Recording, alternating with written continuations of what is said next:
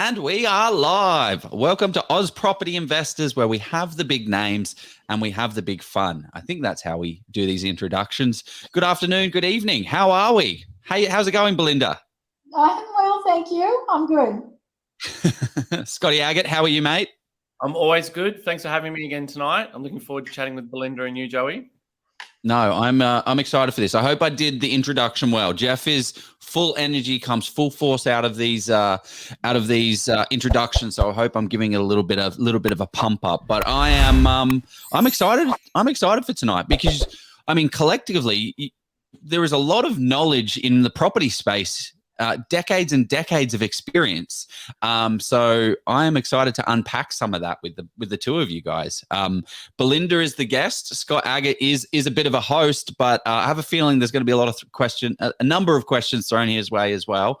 So what I wanted to chat about, host, and you've nailed us both very in an ageist way as well. So it's a lovely introduction so far. You really nailed it. When's Jeff back? Is it next week? Jeff is back, I hope, next week, if the show continues and doesn't get cancelled, which will probably happen. But decades of experience. I wish, it is true. You guys are bloody experts, and I'm excited to have you here. Let's dive in a little bit of a conversation. What are your guys' thoughts? So I've been hearing a lot in the media about, building costs have been blowing out over COVID. It went absolutely bananas and gangbusters. But I'm starting to hear some whispers that, oh my gosh, it's coming back. It's done a full U-turn. I mean, what are your guys' kind of thoughts on that? Personally, I think, and through the guys that I have in my group who are renovating and also me doing my own, I think that builders here and there, depends where you are a little bit more available than they were compared to, how hot it was a while ago. But I think the build cost is not yet coming down because of the product, just the price of obtaining product. And the lead time on product right now is still right out there. So whereas we used to kind of wait, 3 to 6 weeks on things, now it's 6 to 12 weeks. And that's just the norm. I've got a 14-week wait on my window order. Wow. So yeah, there's long. What are the main material drags at the moment? So windows is one. Previously, it was trusses. When I was looking at this 9 to 12 months ago, it was trusses that was a really big delay. Is there anything other than that in terms of material-wise that's really dragging the heels? Well, I think that I'm really open to going straight to a plan B, and I think that's the key too, Scott. If you can't get what you can't get, you look straight at what's available rather than what's your preferred option, and don't be stubborn about it. So I think that's a key component to keeping a job moving. But there's a long wait time on everything, and I can't see that finishing too soon or getting better. And I'm talking it for a couple of years. I really can't see that improving. So you might see brown laminate kitchens and coming back into trend. Readily available. Not in my place. Yeah. Laminate floors. Yeah. Look, I think that, the sensible thing to do is if you've fallen in love with a bathroom vanity and it's your must-have and there's a long wait time on it, you walk around the shop and you pick another one and you do it really swiftly, and that's the only way to play it. I don't think we have any choice if you want to get a job finished. So I think, there's the tradies, depending on where you are, unless they've got a whole bunch of insurance work, like Lismore and places like that, you still can't get them. But there are pockets around. To Sydney is much, much easier now than it was, in particular. But who knows? I think weight on product and the cost of product is going to be an ongoing issue. Yeah, and that's the biggest thing of cost, isn't it? Like the wait time of holding up a project is massively expensive. Yeah, huge. If you've got traders sitting around twiddling their thumbs, does that mean, Belinda, that your clients would look at, like, is there a balance now where people might look at prefab steel instead of timber framework and things like that? Is that a viable alternative, or is the cost of steel still really priced out and you've got to wait for the timber? Oh, look, it's your preference. It's whether you want to wait or whether you're prepared to pay the extra. So both of those things are true. Yeah. And have you got many of your students building new, or is it mainly renovation work? We mainly do renos. And here's the thing, if you're on purpose going to select a property to renovate, you might choose one that just needs cosmetic fixing and not so much a big structural renovation where you'll be waiting on those materials. I think it's time to be a little bit more precise and a bit more careful about the type of job you take on, knowing that, you know, this is the environment. You can't change the environment, but you can change the choice of property. That's really interesting, because this has been I'm sure, Joe, this has affected you with both what we do day to day. Regionally, we're looking at properties and, you know, things like, for example, one recent one that I just bought a house in Rockhampton. Quite a lot of houses in that region have had damage to the roof over the last whatever years. And most of the owners haven't touched those houses. They're just sitting there in pretty average condition and dated. When you get to the building and pest and you see that there's some problems with it, the owners are going back through their insurance, and I've just had one where they've been able to get the whole roof replaced, but they're just giving us the discount rather than replacing the roof, because the insurance companies can't find any trades locally. So it's really interesting how it's affecting, you know, in regional areas as well, in terms of access to trades, access to materials. So it's definitely going to come into the asset selection discussion for people building their investment portfolios, but also clearly your students are already at that point where they're picking and choosing the right ones.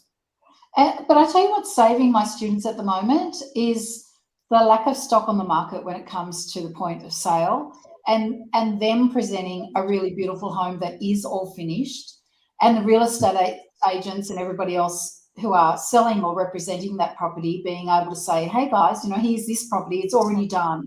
You don't need to go and find product or tradies. This is already done. So those finished homes are selling really, really well. So that's what's saving everyone. Yeah, that's really interesting, because we're having, and I know, you know, we talk about this all the time, Joe, on the live here, but there's markets within markets, right? Where I am locally on the Gold Coast, I was looking to develop my subdivided plot into 2 nice houses, and the agents are telling me, separate to my own project, but just telling me general market feedback, that it was the strangest market that they've ever sold in here.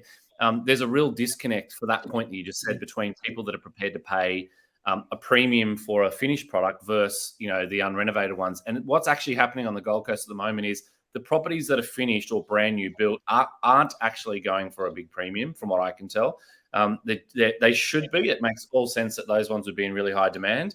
For some reason, they're just not setting the world on fire at the top end of the market that I can see.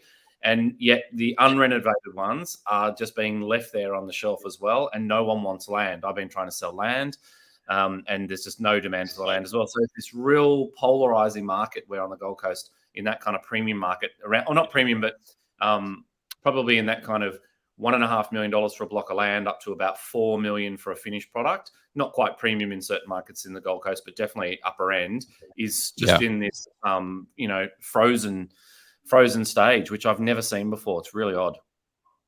Super interesting. Okay, well, we'll unpack a lot of this when we dive deeper in. Let's do our little quotes of the week.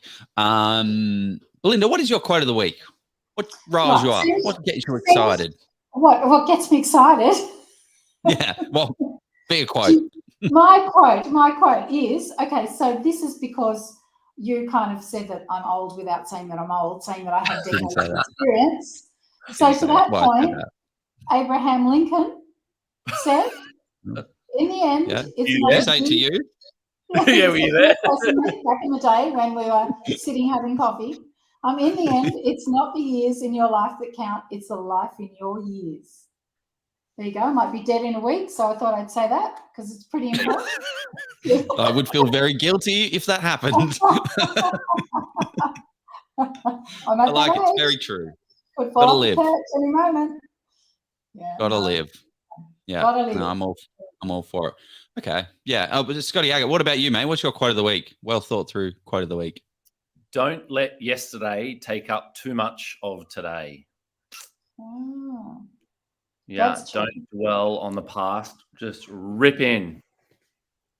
You know, my husband said that extra bit, sorry, I didn't want to butcher the author's quote. That last bit was me. Yeah. My husband said one day, he's not very wise, but he said one day, and it fascinated me. I went, oh, that sounds really, what do you say? The windshield is very, very big, but the rear vision mirror is very, very small. Look forward. And I thought, oh, the smartest thing he said in 37 years. That is very good. That should be on a bumper sticker. Use them in proportion, right? Yeah, my quote is actually very similar to yours, Belinda. Mine says, do not let making a living prevent you from making a life. That's from John Woden. Don't let a living prevent you from making a life. And I see this all the time, actually. I was a part of this when I was working. I worked hard. I was the head of sales for a legal tech company. I was working many, many crazy hours. And you can just do that thing. You can just keep doing the thing, and not focus on, well, am I living? Am I investing in my future? What are you doing? So that's my little quote. Nice. Okay. Well, I'm excited for tonight. So actually, what are we talking about tonight? I'm going to give you a little sneak preview. We are talking about the skills you need to nail your property investing. That is going to be with the amazing Belinda Smith and Scott Agate from Hello House, who is going to be help covering Jeff. But I'm excited for this one.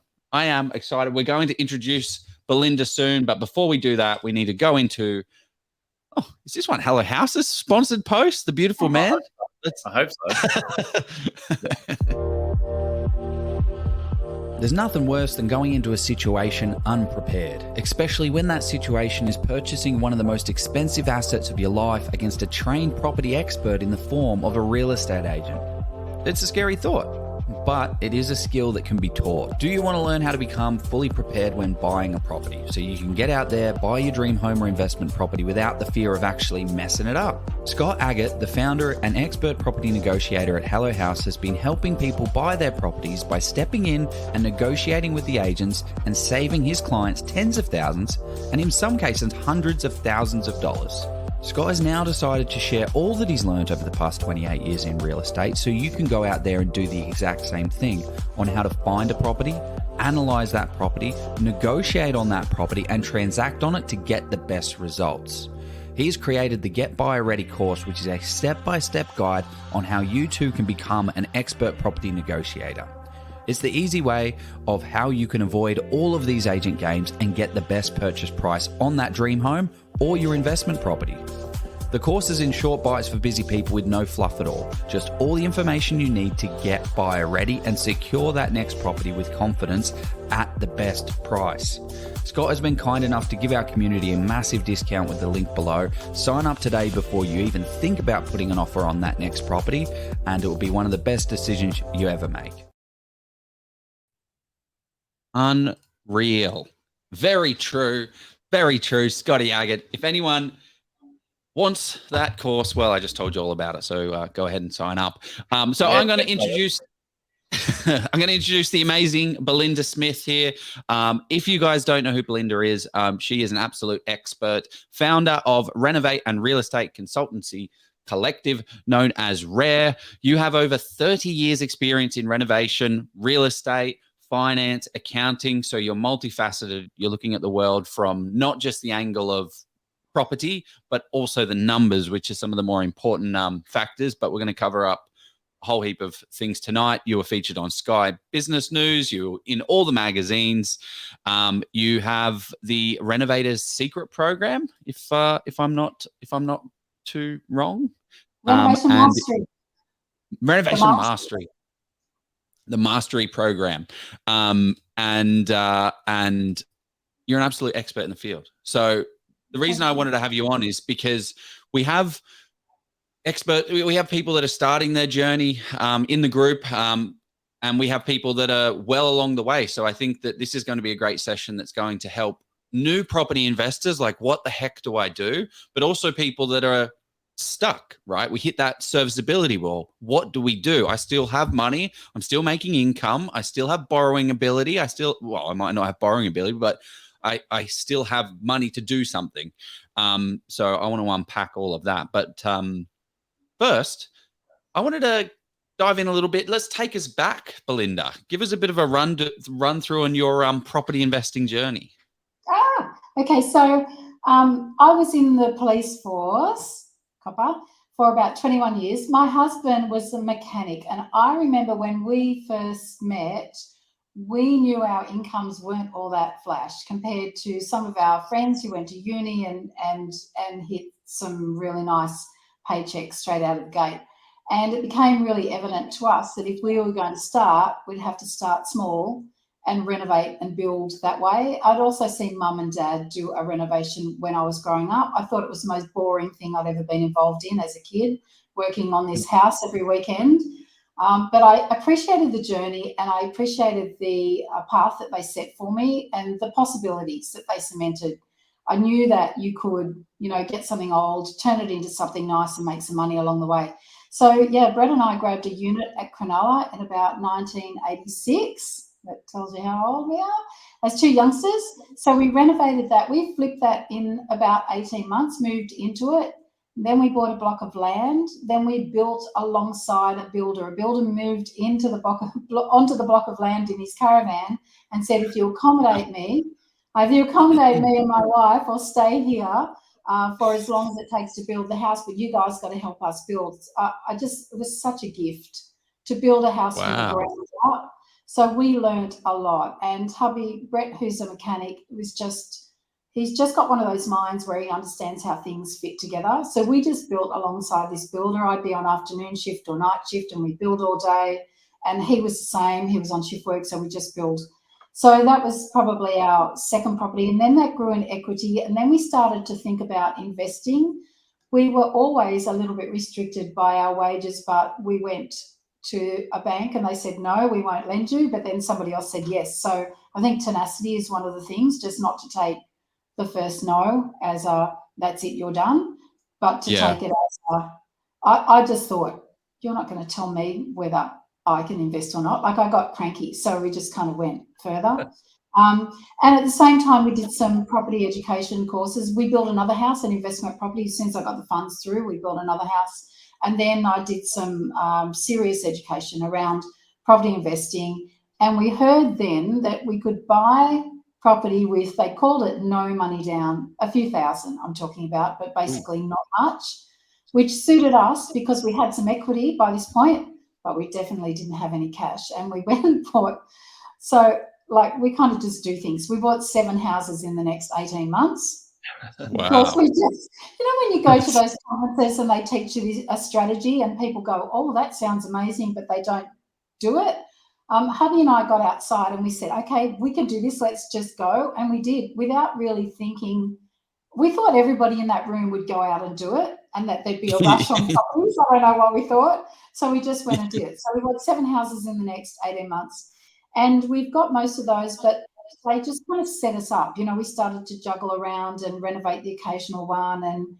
And we looked at cash flow. Cash flow was really important. So we were trying to buy positively geared properties back then. And we bought a couple in New Zealand that have gone up beautifully in value over the years.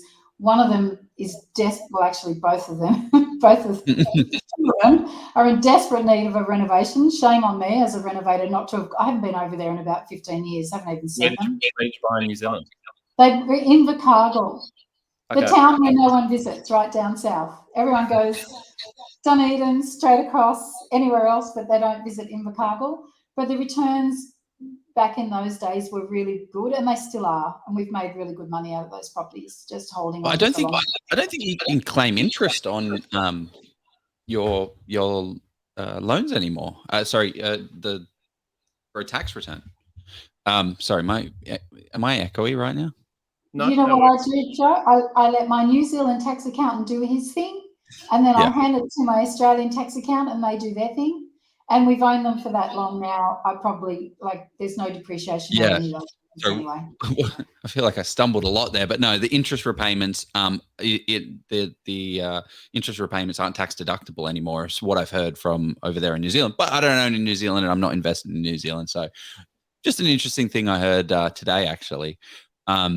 So what led you to New Zealand? Like, you had 7 properties here in Australia. Why'd you ship off over there? And because what we did was listen.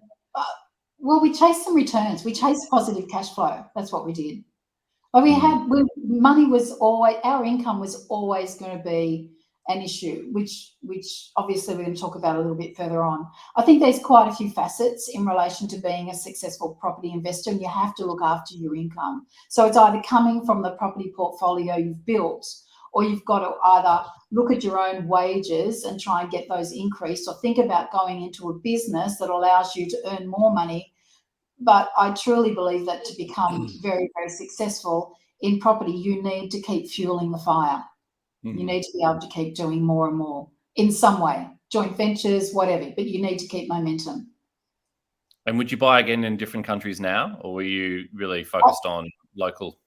I've been tempted many times to buy in the States, and I've always thought, no, I'm not going to do that, because I actually just don't like the management of property in too many different locations and the implications on, getting all your books to work back here. Yeah. So I've been tempted, but no, can't be bothered. Yeah. Nice. I'm a bit lazy. What about you, Scott? You wanted to venture out in the US? Well, I mean, actually, New Zealand, Japan. You own a ski lodge in Japan, so that counts. Yeah, I've got 2 ski lodges and another empty commercial building in Japan at the moment, and I've bought 2 places in London where I lived when I was in my early 20s. So I've done 2 countries overseas, but yeah, I would definitely go and buy in New Zealand as well. Like, my wife's from Christchurch and her family are there, so we wouldn't be adverse to buying investment property if the numbers stacked up in New Zealand. But yeah, I'm more focused, having you bought at the right time and you bought for cash flow and you did really well out of it and bought smart. I did the complete, dumb thing and bought great fun assets, but good while the times were great, but then COVID hit and no income at all because it was shut. So it's the opposite of what you just said. It's been a cash drain for me. We'll do well out of it from a capital growth perspective, but poorly from a cash flow perspective. Definitely not good investment advice, but good for what you guys kind of referred to before, like, living in the day and having fun and making the most of now. It's definitely that. Yeah. Okay. Well, yeah, well, can you do both? Is it possible to do both? I think so. But I guess that's what a lot of, what do your students do, Belinda, is renovate, and they enjoy renovating. So you do get that fun and joy out of it as well. Yeah, renovating's a roller coaster ride of enjoyments. There are some days where you just think, oh, and then I think the enjoyment comes with the fulfillment of seeing a final product. That's the big endorphin. Is that the word? Yeah, the adrenaline hit, the endorphins. Yeah. That's when they really kick in. Is when you walk through a property that you've worked hard on, and that's all finished and styled, and it's ready for the market, and you just think, there's a significance attached to that, or a feeling of pride, fulfillment, all of that. So yeah, that's part of it, and I think that's what keeps people coming back a little bit, as well as the profit. I think if you don't make any money, or I don't do anything unless I'm making money. But if you don't make money out of a renovation, if you buy the wrong house or do the wrong type of renovation or overcapitalise, I really don't think that there's the same kind of joy. And therefore, that's when you speak to people and they say, oh, renovation was terrible. I'll only do one. I'll never do that again. Their attitude is completely different. So I think there has to be a monetary return as well as the personal fulfillment. Yeah. But the fulfillment I found from doing it quite a few times as well is it's not only that finished bit, which is the wow, which I totally agree with you. When it's all styled up and looks amazing, ready for the photos or for buyers to come through. It's really exciting. But there's so many stages along the way as well that I get almost a similar feeling. The first one is that, planning ahead, that excitement of what it could be and visualizing it in your head. And then I love when it's completely gutted and stripped back to like how, the light just pours in and you're like, this is really exciting. And then when the plasterboard goes up and then when the paint goes on the plasterboard and you can really see the shape of it and the size of it. There's so many little closing windows along the way as you work towards that final product. It is really rewarding, I think, and fun.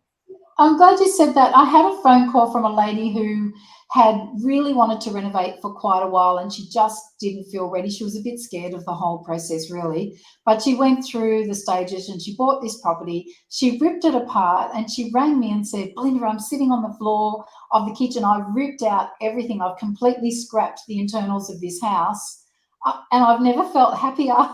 Yeah. And I thought, oh, okay, you've got a lot of work ahead of you. It's amazing how quick and easy demo is. Yeah. But then you feel like you're right in it as well, though, don't you? Like once you've undone it, you've got to put it back together somehow. Yeah. So it's kind of that feeling of, all right, we're in this. It's like you know, it's a real spur of the moment thing. Like you're right there, you've got to do it, and you just get on with it. It's great fun doing those projects. Yeah. Well, sorry. I said she's done 5 in a really short amount of time now, so she really does get it. She likes all of it. Wow. Yeah. Well, I guess today's about like what skills investors need to nail property investing. But I guess you've got some slides here. So do we want to kind of cover off some of those, spitball on some of the ideas that you've got? We had this side, still climbing the property ladder by strategy, not energy. I was intrigued by what exactly does this mean? That's me. Okay, so I see a lot of people frantically being busy in the property space, working really hard, particularly in the renovation space. It's like known for this, where people just go flat out nonstop. They'll pick a property and they'll go flat out. And I just think just slow it down, make slower, more strategic moves, make every move a winner, just calm the farm. And I think that that's really important because people wear themselves out. They just wear out, and there's no reason for that. And they try and DIY everything. You know, they'll buy a place that's in appalling condition, and and they say to themselves, "I'm not going to hire anybody to do this. I'm going to do everything." And they are completely worn out by the end of their renovation. And I think that doesn't leave any energy for another one and another one. And the profit really is in leveraging your time and leveraging all of your knowledge and your resources and doing it again. So are they rushing to do lots of projects, or are they rushing just to cut corners, you know, like get it done as fast as they possibly can because of the cost? Okay, so they're rushing to get it back on the market because of the holding costs, usually.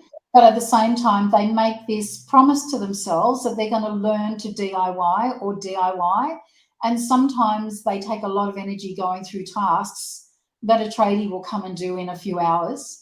And they've got to learn it, and they've got to, you know, they might be new on the tools if they're cutting tiles and they haven't done that before, and all these things that just really actually slow people down and make them tired.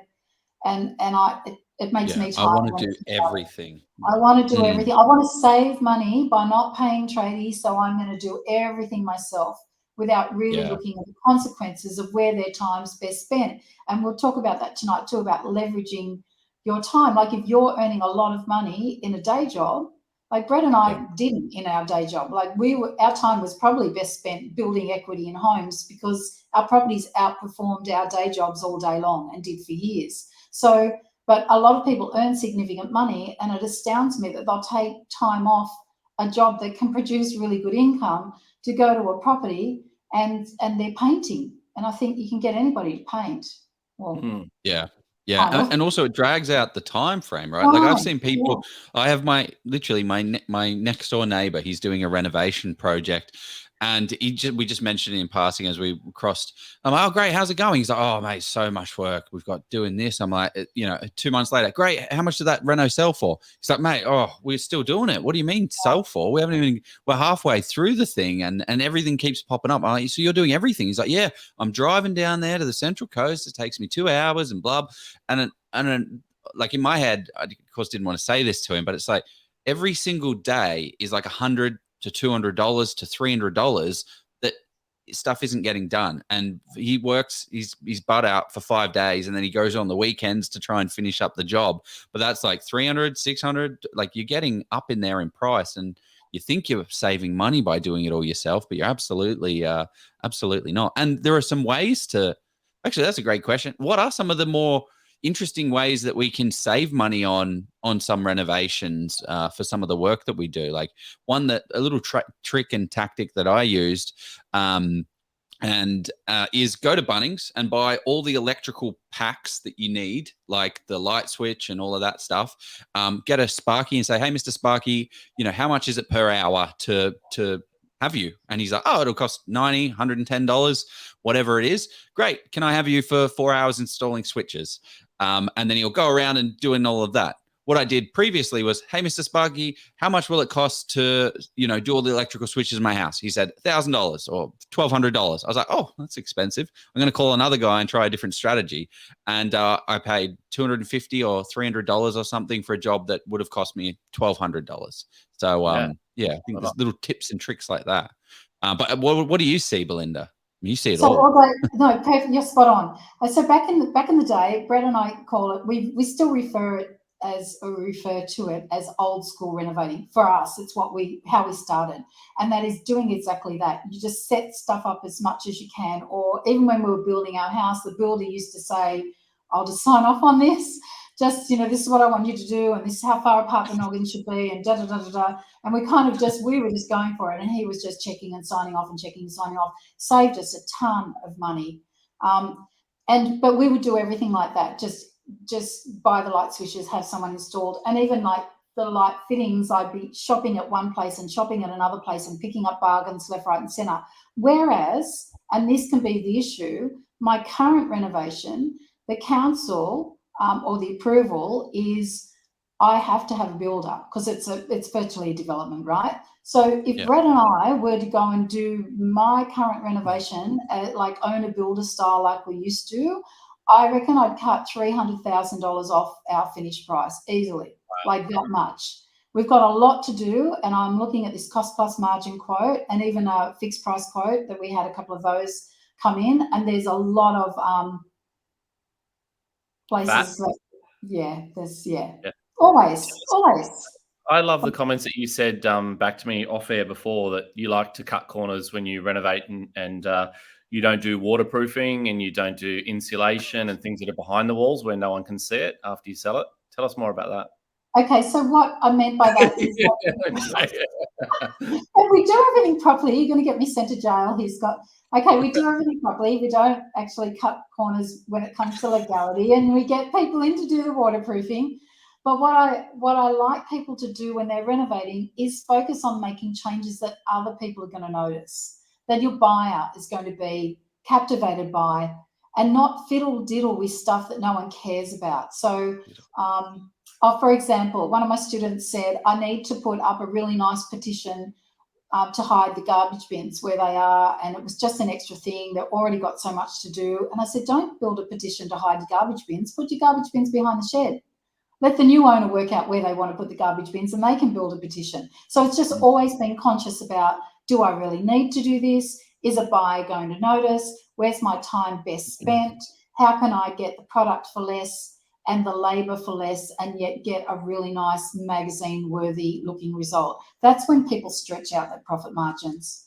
And it's just having an awareness, like an emotionless awareness of what you're doing. I find a lot of people, because they can paint really well, and I'm guilty with the paint because I love to paint. I could do it for a living. I just love it. I just go to another place. So, but it's not where my time's best spent, right? So doing a puzzle. Yeah. On that one, then. So if you're really smart about where you're spending the money and you're not going OTT in terms of those areas, does that hone you in on your asset selection going forward? Like, will you choose? Where I'm going with this is, would you choose to say just renovate apartments or just renovate older homes, or whatever the format is that you like best, because you know that the right materials will work in that scenario all the time? Whereas I think I could come undone going from renovating a unit and trying to pick the right floors for that and the right light fittings and things versus renovating a 5-bedroom house that's, at a different level, and I'd get stuck between what level of finishes are required for what. There seems to be a confusion, because as an agent for many years, I'd see, I'd walk into these properties and people would be so proud about the renovation they do, and they'd be in a $3 million terrace house or a $2 million terrace house in Surrey Hills, and they will have done an IKEA renovation with, laminate floors and ripped all the period features out of the house and just destroyed the house. And then I'd do, the opposite of that and go into a small apartment block in a dated building, and someone had Versace taps, and way OTT in the other direction. Like, there's a fine line between getting that right.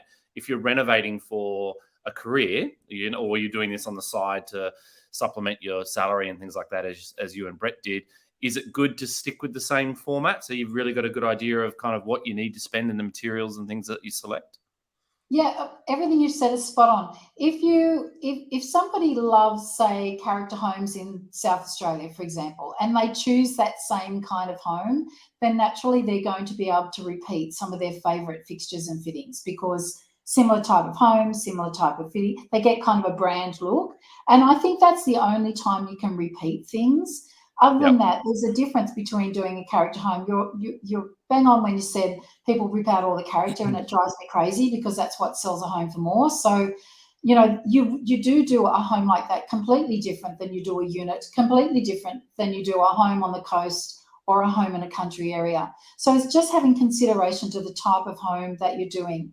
And here's the thing, I think that someone should select the home first, knowing their skills and their strengths and the type of renovating they like to do. And if they do that, then they're more likely to produce good quality renovations in a timely manner and just get really good at their craft if they do that, rather than popping from one type of property to another, unless you are a designer or you've got some really good free-flowing talents. Okay, well, I like that because it lets you hone in then on the asset style and around that, and not, you know, build deep domain experience. So is there a magic formula? Like is it, you know, and I know there's the markets within markets thing that we've spoken about, and there's a million different opportunities in terms of renovating and adding value, but is there a sweet spot in the sort of capital city markets where you think the best margins are short renovation times in apartments, for example, of a certain age, or is it better to take on, you know, are your students finding the most love in like a, you know, a small renovation in a freestanding house in the suburbs? Where is there a sweet spot like that, or is it really horses for courses and every opportunity is completely unique and different and needs to be measured at, you know, based on what the market's doing and what your purchase price is and what the market's willing to pay at the other end?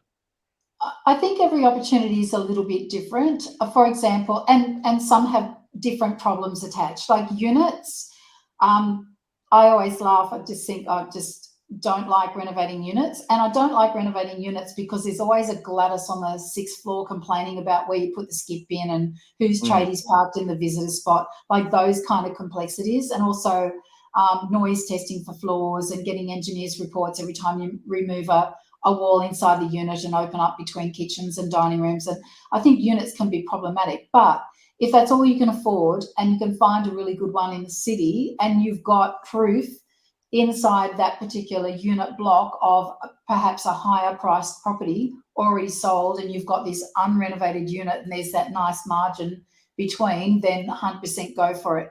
But those unit blocks where there's just hundreds and hundreds of like for like units, I steer clear of them.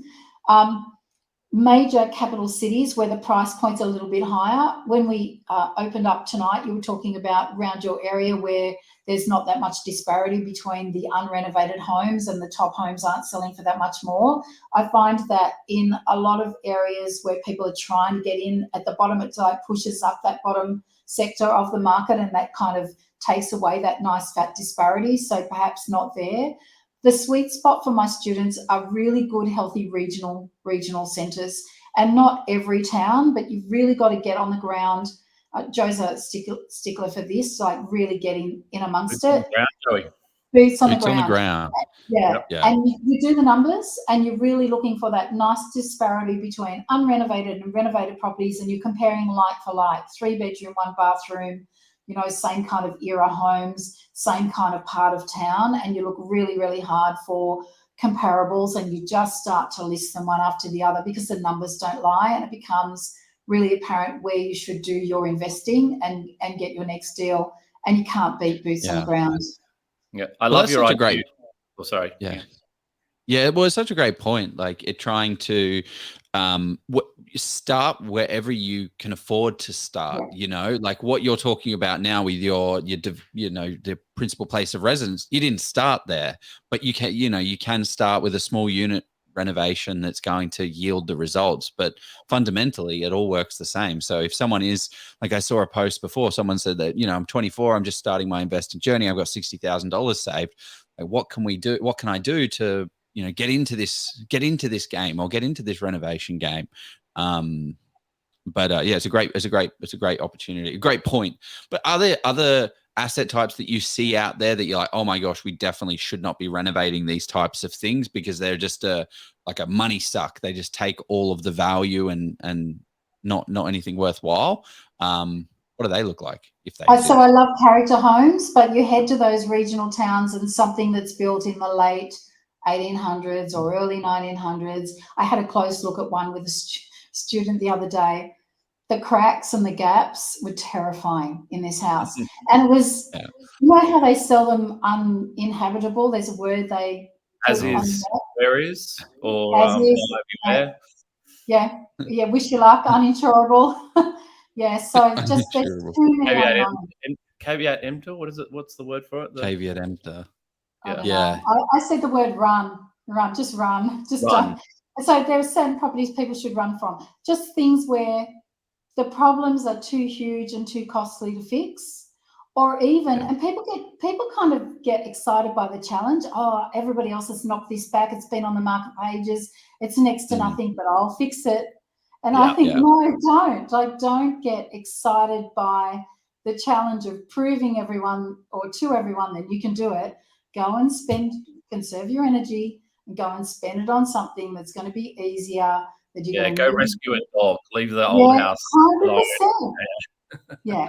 So there are, problems you should run from. Just bad layouts are one. The people will buy a property and think that just because they add paint color and new furniture and style it, that they're going to sell it at profit. If the layout stinks, it stinks. And new people are going to walk through the property and go, this is really beautiful, but I can't access the backyard from the house and I can't imagine my family living in here, and they won't get their price.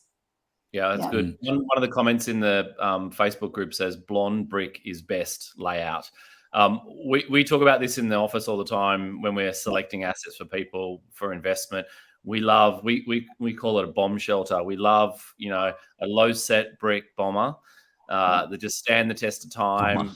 And we love a bomb shelter because they're so rock solid, and they're typically really easy to renovate. They don't take, there's not a lot of headaches. There's definitely no character features and things like that you've got to replicate or retain. It's pretty easy. You can modernize them really easily. Take them from a 80s house to a 2020s house really easily at low cost. So we like those ones. Yeah, and the tenants can't do any damage, right? Like, what can they break? A brick? No, their hand's going to get very sore. It's not like plasterboard and things like that where you can get the kids can damage it, the dogs can damage it. You can't damage a brick wall. Yeah. But also, if you're perhaps if you're going to rent out the property, you might leave it till a bit later on. But if you're going to sell and you want to paint bricks, they just they're so on trend. It's such a cheap thing to do right now that is on trend, and people are very accepting of painted bricks. No longer do people expect a place to be rendered before it's painted, and so take advantage of that trend while it's popular and paint your bricks. Change the whole bricks. Paint your bricks. I picked up on something you said before about renovating in strata, that there's always a Gladys in every building. I totally agree. I heard a good joke this morning that what do you call a bunch of Karens? A strata committee. I've just had so many bad strata committees that I love that one. There's so many good Karens in a strata committee. Yeah. Well, again, if you can pick a property that's just really simple, then why wouldn't you pick that above something with complications? Totally. Makes sense. Yeah, I guess I did my first renovation ever was I needed to fix the stairs up, and I thought, that's a problem. Here's a solution, and I'm going to get rewarded for it. Then I needed to fix the electrical, and then I needed to fix the guttering. And then I spent all this ridiculous amount. I spent $12,000 on stairs and then got it revalued for absolutely nothing. The amount of money that I put into the renovation is the money that I got back because I didn't do what you're saying, Belinda. Find the problems that you can cosmetically uplift and make it better. So solve those problems. Don't solve the problems that no one sees value in. Like, but you mean your stairs work? Oh, expected that. Yeah. Smelly, dirty, cat's wee, all that. Love it. It's great. You mean Dulux Nicotine White is the best one. I laugh at that. Every time I used to go to work, not me, but coppers used to smoke a lot. So we'd go to the station every couple of years. They'd come and they'd give the police station a coat of paint, and we called it nicotine yellow. They just paint the walls nicotine yellow to match the nicotine smoke that was going to replace the nicotine yellow paint. It was just hideous. I've always wanted to ask you this, having spoken to you tons, Belinda, but who is the most famous person that you've arrested? Okay, so I've arrested quite a few people. I actually turned up one day and my brickies were at my place, and one of the guys was out the front fence, and he said, "Do you recognise me?" And I said, "No." And he said, "You locked me up 2 years ago." And I said, Are you going to lay my bricks straight?" I said, "Was I nice?" And he said, "Yeah, you were nice." I thought, thank God. I did have lunch with Sally Ann Hugstep, and I did work with Roger Rogerson and his brother, and I was in the drug squad in the 80s, so, you know. Seen it all. You know, That would have been a bit crazy. Yeah. That would have been wild.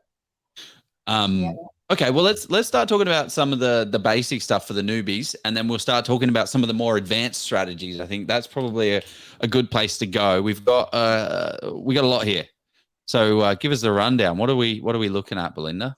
Real quickly, I think that if you're going to be a successful investor for the long term and build a really nice, healthy portfolio, the first thing you have to do is recognise every right next move for you, in your own circumstance. So whether you need someone like Joe to go through that with you when you're selecting a property, or whether you can work that out for yourself. Sometimes it's very, very apparent, but you have to make every move a good one and not lock yourself into some kind of corner, particularly when it comes to freezing up finances or, stopping you from lending to go to your next.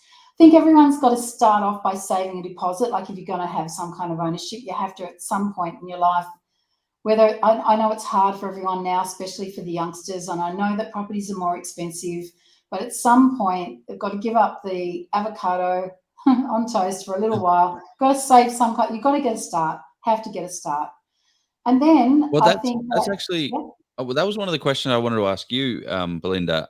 Your portfolio, when you did the hard yards at the beginning.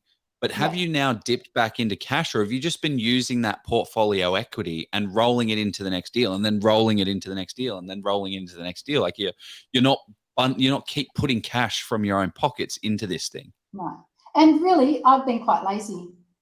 Like I'm not like honestly, I run my business. Really like my business. Not with your career. You're always on the go. Yeah, I know. Okay, so I'll just pick and choose my deals. So let's just say that. So. I did a new build flip and made $500,000 off that. And this renovation I'm about to do, I'll make $1 million. So I do fewer and I do bigger. That's what I've chosen to do. But those early ones, that early momentum that we created, and we sold some of those homes, we don't own all of those now, but that early momentum, focusing on cash flow, because that was our major problem, right? Our income was always going to be the thing that stopped us. And so that really did create, I guess, where we are now, right? It created our positioning now.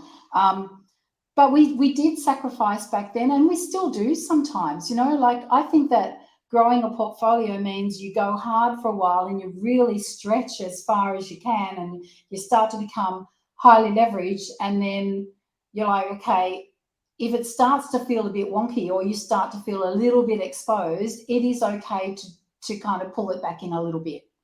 And I think that looking for the best opportunity in every deal you do really matters as well. So if there's a chance to do a renovation and also there's a subdivision potential at the back, whether it be in the future or immediately, grab that property. One lot of stamp duty, one lot of effort, one renovation, and yet there's a second dig at some kind of income. Or if you can do, a lot of people right now are splitting homes into more than one rentable space. And even this big old house I'm in now, I'm creating 2 houses out of the one, like just it's a dual lock. So it's looking for opportunity beyond just the one deal. So I think people just have a single-minded attitude, and I really want people to think a bit bigger and take their time and make every deal, do fewer deals, but make them really good, make the ones really good. And that's how you conserve your energy and you really strategize your progress. Yeah, I love that extra I love that extra value add potential. I talk about that all the time. I see, because you can get a bite of the cherry now by doing a value add renovation, but you can also, in 5 years' time, you don't need to know how to renovate subdivide a property right now. You don't need to be the expert in granny flats. You don't need to be the expert in that. That's future Joe's problem. But as long as it ticks the boxes for that product, that end product for a subdivision, great, you can learn that. You don't need to know how it all works now, and then you're going to thank yourself 10 times over when exactly that you dual lock, rent, subdivide, because now you're ready to go. I love building that in. I love that. On that point, though, I was to say, this is something that, Joey, you probably deal with a lot day to day, like I do, and I'm interested in Belinda's take on this. So many of our customers, when we look at building a portfolio for them of investment portfolio, they'll start with stars in their eyes around manufacturing equity, exactly what kind of Joey just said. The ones that can plan ahead, that Joe just explained, that's great. You don't need to know it now. It's going to be in 5 years. But a lot of people get the stars in their eyes thinking, I've seen someone renovate, or I've watched the block or whatever else on, I want to buy that one where I can do X amount of work to it and I can, build equity into it really quickly, and they get on a real rush to build their portfolio. Is there a time and a place for a renovation property? Like, in terms of what you went through building your portfolio over time while you were both working full time, would you start with a couple of solid bread and butter, simple investment properties before you encourage people to go out and renovate? Or is this something that they could go out and do on their first property and really build that strategy from day one? I think, Scott, it depends on how much coin people have. So if people are starting with next to nothing, and a place that needs renovating is their first step into the market, that's all they can afford, and they can renovate it and build some equity to give them a little bit more to go and do a next one, and they might flip it, like they'll sell it and then just get another chunk and build. It's really a fabulous opportunity to start from next to nothing and build quite quickly. Other than that, once people buy investments that they're sitting on as buy and holds, if they're not adding value or forcing value upon that property, they're solely relying on the cash flow, which is the rental income, and also the natural growth. And that can be faster and slow. You've seen how volatile that's been over the last 5 years. So I think that renovating is just a great tool to throw in the mix, and that's different for different people. If people have got a lot of money, all of this is easy. Like, if people have a lot of money, becoming a very wealthy property investor is a snack, because you've just got plenty of money for momentum. But when people hit the lending wall, and we bought that 7, and then I bid it on a property at auction, and then I went to the bank and they went, "We're not giving you any money." And I went, okay. I got like 24 hours to sort this out. Few tense days. Yeah. So, you can go pretty hard and fast, and I guess some people are more fearless than others, and that's probably me a little bit. My husband is definitely more. He keeps me grounded. He's a really nice, solid human. He's really good for me. So some people are different, and everybody's starting in a different place. And I think renovations really have their place in amongst building a decent portfolio. But I think holding on to really good, solid property over the long term is what makes people deeply wealthy. And you don't. But you can. There's also opportunities out there, and we call them ugly ducklings, where you can go out there and the property is absolutely fine to rent as is. You don't need to do a renovation. You're not going to maximize the rent because it's not flashy and cashy. It does not the prettiest thing, but it can need a bathroom renovation, a new layout construction, a new wall you could add in to make it a 4-bed, 2-bath. And all of a sudden you've spent, 40, 50 grand and you've got a brand new place. But you don't need to do that right away. You can, we call it freezing equity. You just freeze the equity in a year, 2 years. And then when you're comfortable to do that, you're kind of building it in a little bit. So if you're not going, you don't want to be the one to buy the trashed out ugly duckling that needs work right now. You're a little bit scared of that. Great. Buy something that is what Belinda's talking about, but you then have it at a later date when you feel a little bit more comfortable to do it. But just one thing actually I do see that it's worthwhile mentioning is I see a lot of people buying large large blocks of land with a little house on it, and they're like, oh, we're going to subdivide this in 20 years and spend a lot of money on it. The challenge is owning that amount of land costs a lot of money because you've got a lot of debt now because you had to pay for all that land. So I see people overcapitalizing in getting a small house on a large block, but not being able to continue their portfolio because it's too much of a cash drain. I feel And like also that's not really relevant. Playing developer there as well. Like you see a lot of this, isn't it, where the land is big enough to be subdivided, but there's no value in the land. So there's a lot of regional properties like that where it's all good to own those properties where you've got the ability to do it, but the cost of carving out those extra lots is just there's no value in it because no one's out there constructing on those lots. And rules change. Like in WA, the rules are fundamentally changing in the way that developments are going to get done. So if you're buying a property based on today's development codes, in 2 years' time, they're most likely going to be a little bit. It is going to be a little bit different. So just don't hold out for decades and decades thinking, great, I'm going to hold this large block of land for no reason, hoping that it's going to be developable when maybe it won't be. Things change. Love it. Nice. What else? What else we got? Oh, what else we got on this wonderful list? Buying under value or at or below, like buying well is so important. Scott, you can talk to this. You have to get a good deal. Have we got another hour? I'll give you 2 minutes. No. I've spoken too much on this platform already about negotiation and buying undervalue, but I agree it's paramount to your buying success is making sure that you find the right asset that you can make a margin out of it, but then making money on the way in, right? Like buying it below where you perceive the value sits and having a good negotiation strategy to do it. So I agree. Yeah, if you're going to buy a property to flip, I don't want to see people standing at auction, bidding against other emotionally charged potential homeowners. No, but also a good point on this as well that I think a lot of people let go is just as it's important to negotiate and save money on the way in, it's equally as important to make the same amount of effort on selling the property on the way out. So many people cut corners. They might use the agent that sold it to them because they've got rapport with them, or they might use a property manager because they know them locally to sell the property. Choosing the right agent to sell the asset and getting the right structure on the fee that you pay them as well is crucially important to get in and out of a project for the maximum profit. Yeah, it's so funny. As soon as something is like a cost, it's just a mental thing, right? Oh, I'm going to save all this money. I don't have to output this. Like it happened with me just last week. So we bought a property in South Australia. We haven't really gone too deep into this deal on the forum too much until I've got it all done and I can map it out and tell everyone the exact numbers so we can all kind of follow along. Tell us now. But well, it's a block of land. It's a house that was in South Australia in in Sullivan's Beach, 720 square meters. It's a corner block. No one wanted it because it's a 1-into-2 subdivision based on the zoning rules.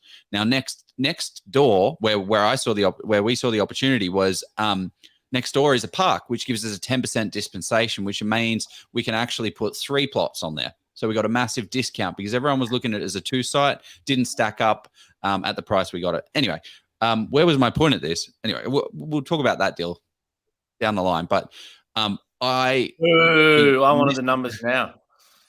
We listed it and we sold 2 blocks already. And then I'm like, I really want to get like a view of the suburb, like on a drone shot. Do you guys, like the real estate agent, have you got any drone shots? Because I feel like you're not taking a photo of the beach. There's no beach photo. You've just got like generic stock standard beach photos. Can you just do one where the house is there? They're like, yeah, that'll be $150 and we can do that. And I'm like, well, I guess we can't have that. Thank you. So I just didn't pay the $150, like, because I know it's going to help sell it, but it's $150 of cost expenses. So, and the agent wouldn't do it for you? Wow. I didn't push it. I didn't think I could. I didn't actually. That's a good question. Can I do that? Can I ask him to do it for me? Well, if it helps them to sell it for more money on your behalf, then surely it's in their vested interest to do the marketing correctly and get it right. I would have thought, but well, I mean, but how much? Yeah, actually, yeah, that's what I was going to ask you, Scott. Is on selling. how much does, if an agent kind of sells the property for an extra $10,000, like how much does that actually affect their bottom line? I think this is something that people get a little bit confused about. They're like, oh, well, the agent's pushing to get the absolute best price. And you would do this actually with your deals that you purchase all the time. It would be like, you'd be saving tens of thousands of dollars, which the agent would be losing, but you do the deal quickly, inform the agent that, yes, we're going to move fast, and you're saving him hours and hours of time of going to the open and doing all of that stuff. Yeah. Can you talk to that? What's your question, though? I was hoping that you unpacked the question out of that.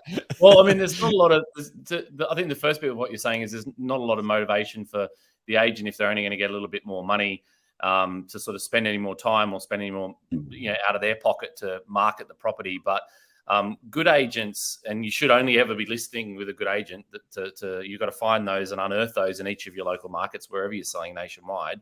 Good agents want to achieve the best possible price. Now, it didn't make any difference to me when I was a selling agent if I was making an extra dollar out of it or not. I wanted to get the best possible result because I'm competitive, right? I'm uber competitive. And because of that, I knew that getting the best results was going to get me another listing. I was going to pick up the neighbor's house or someone down the street or the buyer's own home. So it's those little things like that with the right agents that you can find that are worth investing in those agents. And sometimes those agents cost more money than the lowest percentage agent that you'll find. So you've got to weigh up all these things as well. Like you may end up paying the equivalent of, you want to do a sliding scale, not a fixed fee, as we always discuss, but it may end up costing you, say, 2% of the sale price, and you may have got it for 1% with another dodgy agent down the road. But if they're going to cost you $50,000 or $100,000 in the sale price, then it's back to the whole cutting corners in the renovation, isn't it? It's like you cut corners in the renovation or you overspend in a renovation when you didn't. It's just missing those subtleties like that can really cost you a lot of money and leave tons of margin, in someone else's pocket, the buyer's pocket. The big one is styling too. A lot of people say, if I'm going to spend $5,000 on styling, how do I know I'm going to get more than that $5,000 back in return? They kind of want to know exactly, and it's a hard thing to predict. But, styling makes such a difference with how fast a property sells, how someone connects emotionally to that space. It helps people understand how to use the space, how to get the most out of a home, and it makes a difference. So even if you don't do it or have it done professionally, have a go yourself. But really, you really have to put a property on the market looking its best. I think so too. From an emotional connection and spatially, it's really important. From an agent's perspective, with my hat on, the difference between selling in an empty property versus a style property is I'd be talking to the purchaser as they walk around, and they will look at all the faults or find different things to attack or discuss as talking points in the property. You put a styled property up against it, and it moves to a more of an emotional conversation about how much they love it or they like it, or they start to focus more on the outside and the view and the flow of the property. It's a very different conversation and feel showing an empty property versus styled home if you do it correctly. You've done this before, Scott. You're on the ball. You see it a couple of times. Yeah, it's a totally different thing. Yeah. One thing I think about, Belinda, with renovations, is it better to go for a more expensive renovation?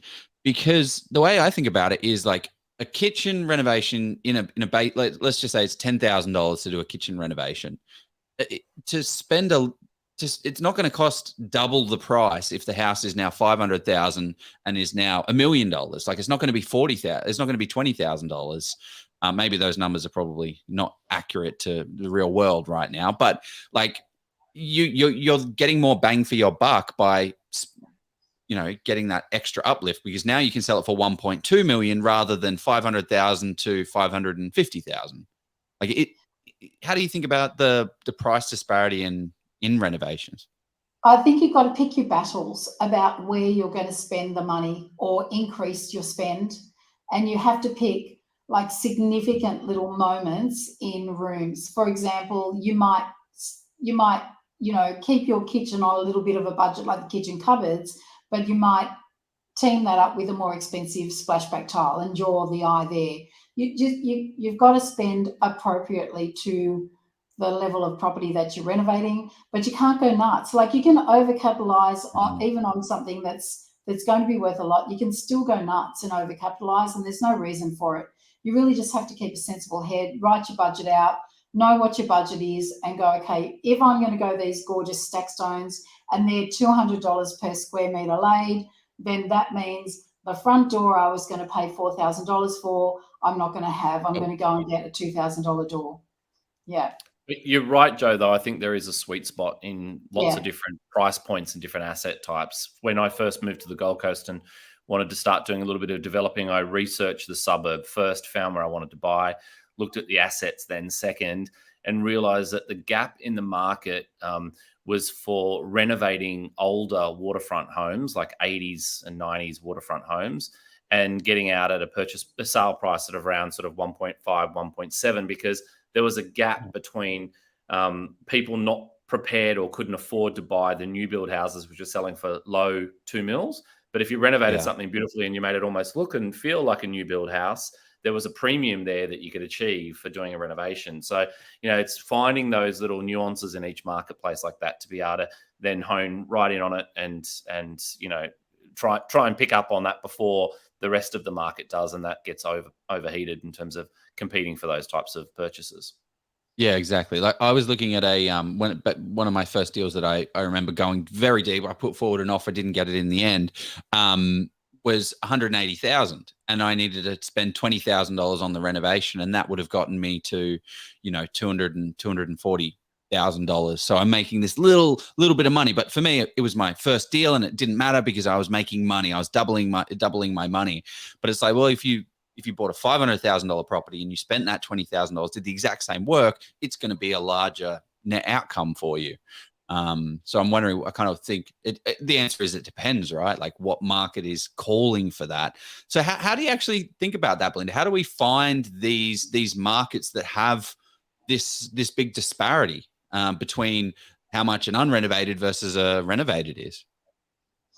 They're out there. And they're in every, how you said not every market's the same, and there are little micro markets. I'll give you an example. I was talking to one of my students about a town called Kapunda in South Australia, and she loves it because she lives nearby, and she had a lot of faith in that town because it's a reasonably healthy town and it's affordable. But when we looked at the town down the road, Uganda, Kapunda. I kept looking at Kapunda going, there's just not the margins. Like, I understand you wanting emotionally to buy here. It felt safer for you. It's a more buoyant town. There's more activity, more shops. Uganda, a lot quieter, quite a dead town. But we were watching exactly what you said before, Scott. Somebody was renovating properties, buying them really undervalued, doing a renovation that we could calculate how much they'd spent, and making quite significant profit on these properties. So I said, don't just stick to Kapunda, look down the road, like go do what that guy's doing. Somebody that was already, putting the social proof out there. So there are little pockets. Sometimes we just have to look a little bit beyond what we think or where we think might be a good area. It comes down to the numbers. If the numbers aren't there, we shouldn't be tempted with buying a property in that spot thinking we're going to do better than everybody else. I agree with you. I think that's really speaks volumes what you just said, Jacinda. The only thing I would say that's a disclaimer for that I've experienced from an agent's perspective and also been, developing and seeing the same is that you can go that sort of ripple effect and say, okay, I'm just going to go down the road or to the next suburb, but you don't want to get caught renovating to try to set a suburb record. So you don't want to go somewhere first. You've got to go to a market where it's already established and then find the gaps within it. You don't want to go down. It's easy to go to the next town and think, oh, it's so much cheaper here. And if I do the same renovation I was going to do in the other town, I can get the same price. You can't, and you'll get hung on that. So there's definitely a ceiling until someone breaks through that, and you've got some direct comparables that you can hang your hat on. Yeah. And it's lovely when you find those direct comparables. If somebody else is already doing it in an area, what we shouldn't say is someone else is already doing it here. Like, you should go do it in that same area. They're only going to be doing one or two properties at a time, even at a professional level. If you follow what you do the same type of renovation they do and take them on. You know, they're setting the social proof, they're setting the high price. I like it. I can see a TV show here, Reno Battle. Belinda Smith. Or the block. Yeah. The old dog. TM. You heard it here first, guys. You heard it here first. Anyone that's watching here online, throw in any renovation. Well, throw in any questions that you have for Belinda. I want to start talking about some of the more advanced strategies that you see out there. So let's say, you know, we've been working hard in our jobs. We've got a couple of renovations under our belt. We've got a couple of properties, and then the bank said, Joe, you can't borrow any more money. You know, you can't do it. You can't continue down the line that you're going down because we have this, you know, debt to income ratio that's, you know, 6 times earnings. But before we do that, let's jump into our next ad, and then we can get it rocking and rolling. The amazing thing with commercial property investing is that in most cases it's cash flow positive from day one, which means that you can drive those profits towards paying down the debt. There are instances with commercial property investing where you can actually have the property pay itself off over 10 years, which is absolutely crazy. With commercial property, you get massive net yields, so you can expect anywhere between 6 to 10%. And as we've seen in the current boom, these properties not only provide large cash flow, they do certainly grow wildly in value too. Now, with big rewards comes some risk, and this is why you should de-risk your investment as much as possible. And the way you do that is with expert due diligence. And this is why we highly recommend people hire professionals to help you along in your investing journey. Steve Polisi of Polisi Property is one such expert. Being a chartered mechanical and structural engineer in a past life, Steve draws on his analytical and mathematical skills to do that expert due diligence for you. With 6 years experience in the space, Steve has over 1,200 property transactions under his belt. He's the guy you want in your corner, crunching the numbers and finding the best properties in the best locations, along with ensuring that you avoid the mistakes. Steve has actually even written the book on commercial property investing in Australia, and not only is it a bestseller, I believe it to be the most comprehensive in commercial property investing on the market today. He's been generous enough to give us a massive discount for our audience of 50%. So use the code OZPROP, click the link below, get a copy today, and start learning and getting on your commercial property investing journey. There you go. I like it. What about renovating commercial properties? Have you delved into that world, Belinda Smith, or any of your students? I just had to spruce up one of my own. Kind of doesn't bring me joy. Doesn't bring me joy, but anyway, it's just not the same. It's not the same between tenants.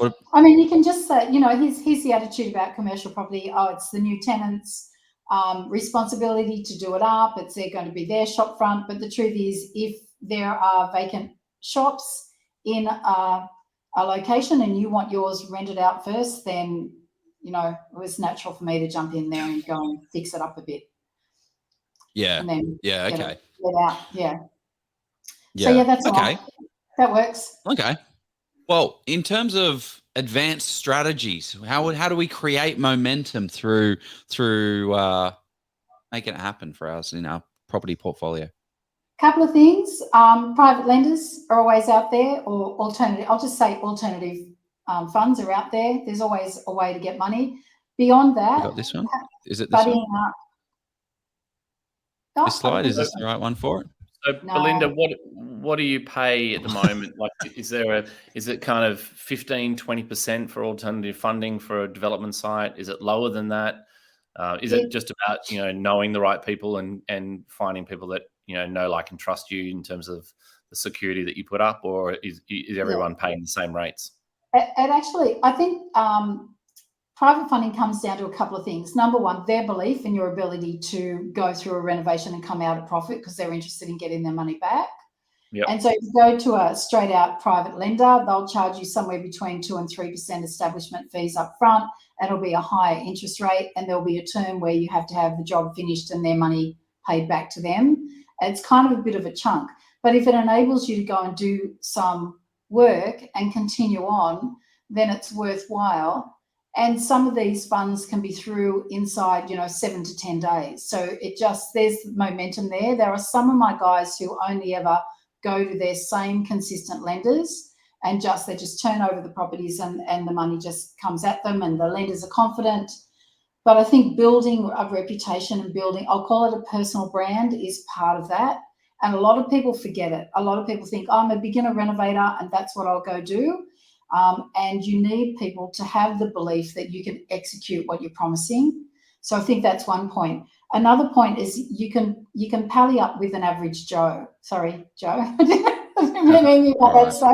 You can pally up with an everyday person who's just like you. So somebody else, people form beautiful partnerships. So someone might want to do the renovation work and somebody might have the money but not be interested in getting their hands dirty, but have some idle money and be quite happy for something like a 15%, anything between 10 and 20% return is really acceptable, and just kind of lend their money out and get their money back. Some people go halves in a property and they can do a profit share. Some people will pally up with, say, a builder and they'll do the work and get a wage on the ground and there'll be a profits share agreement at the end. Joint ventures can be anything you want them to be, and they can be absolutely beautiful. They can be problematic if people do not do proper research into who they're going into business. Let's call it as it is. It's a business agreement. It's only a short-term thing with a renovation, which is great, but it's still an agreement. And I think that everything needs to be looked at, considered, and signed off by independent solicitors first. Particularly if there's family members involved. It's the one time that people think, I won't go to a solicitor because this is my brother or my cousin or my auntie. And I think that's the time where you really do need to go and have everything legally documented. But yeah, JVs are a great thing. They can just keep people moving. So I guess there is the profit split where it's 50-50, and then 15 to 20% on your money. How does that work? So you promise the party, hey, give me $100,000. So I need $100,000 to get this deal because that's how much it costs. You go to someone and say, like, what does it look like? How do I get that money?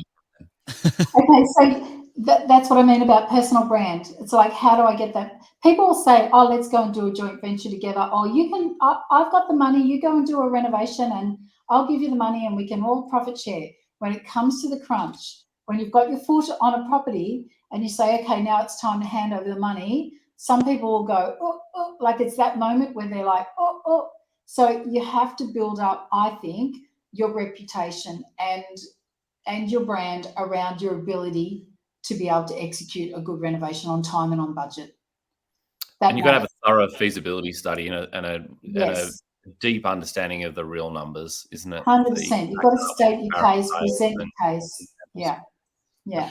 So what happens if I borrow this $100,000? Like, how does it actually work on a structural standpoint? I get $100,000 and I just promise, hey, I'll give you $15,000 halfway. Like, is it throughout the journey? Is it at the end of the journey of doing the development and I get my money? Like, how does it work that way? It's usually at the end. It's very simple when it's all done at settlement. Yeah. And here's the thing. The most problems, I think, arise out of JVs are when people either do better than they expect, like the whole renovation does better, the profit's better, and somebody says, oh, I should have had a bigger share. Like, people, they start to think about what they missed out on. So that's problematic. So that's why everything has to be documented. And the other thing I think is problematic is if people say we're going to go halves in the labour and one person turns up on the property more than the other. So the other one, the one who turns up all the time and is getting most of the work done, feels a little bit duped. So I think that can be problematic. But the truth is, if you let it go a little bit, if you're not so worried about every cent, if something like that occurs, you get through the job, everyone shakes hands, you split your profit and off you go, and you say to yourself, I will never do another JV with that person again. But you can I think people usually get through a joint venture in a renovation on the right property without too much drama. Yeah. And it really, in the right And it hands. just comes down to making sure that you can, it's just like hiring someone, right? Or working. You actually have to feel like there's a professional relationship. It's like when you I have some really good friends that I could never work with, but we're great friends. And there's just not that connection of, no, but you don't understand business. You don't understand the world that we're talking about here that makes any sense. So it's definitely aligning those. Yeah. Sorry, I've got some renovators who will renovate people's homes, like will actually approach homeowners. They will pay for the renovation, as in the renovators, and then they'll split the profit. You know, the homeowner had a house that might have been worth that, and then with the renovation, they'll sell it up there, and they're happy because they get a bit of extra money, and they might have been a bit concerned about taking their property to market looking like it did. Works well with families. Yeah, that happens a bit too. Because there's no stamp duty or costs involved in that. It's just like you're just going to do the renovation. You can set your whole business up around that. So there's a lot of ways that you can do it. It's just, in the end, here's what I think. I think you need to treat each other with kindness, and I think you need to be very, very aware of what can happen and make sure that you've got all the agreements in place and that you've discussed everything together and you've had multitudes of meetings, cups of tea, cups of coffee, and that everyone knows how everyone's going to operate, what the reporting's going to be like, when you're going to check in on the budget, who's going to be in charge of doing each component of the renovation, who's going to do the product selection. Like, you just need it all. Yeah, you need it on the table up front. Debt? Who's paying for the servicing of the debt? What happens when the council comes back and asks for another $5,000? Who is paying for that? Because it can be like, oh, we're splitting costs. Well, I don't have any money.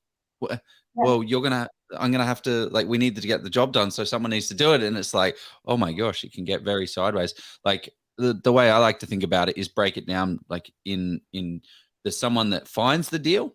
There's someone that finances the deal. There's someone that has the borrowing ability for the deal as well. And then there's someone that runs the project, right? Yeah. And there's those 4 components. Now, if you're going to find the deal and run the deal, great. You get 50% of the deal.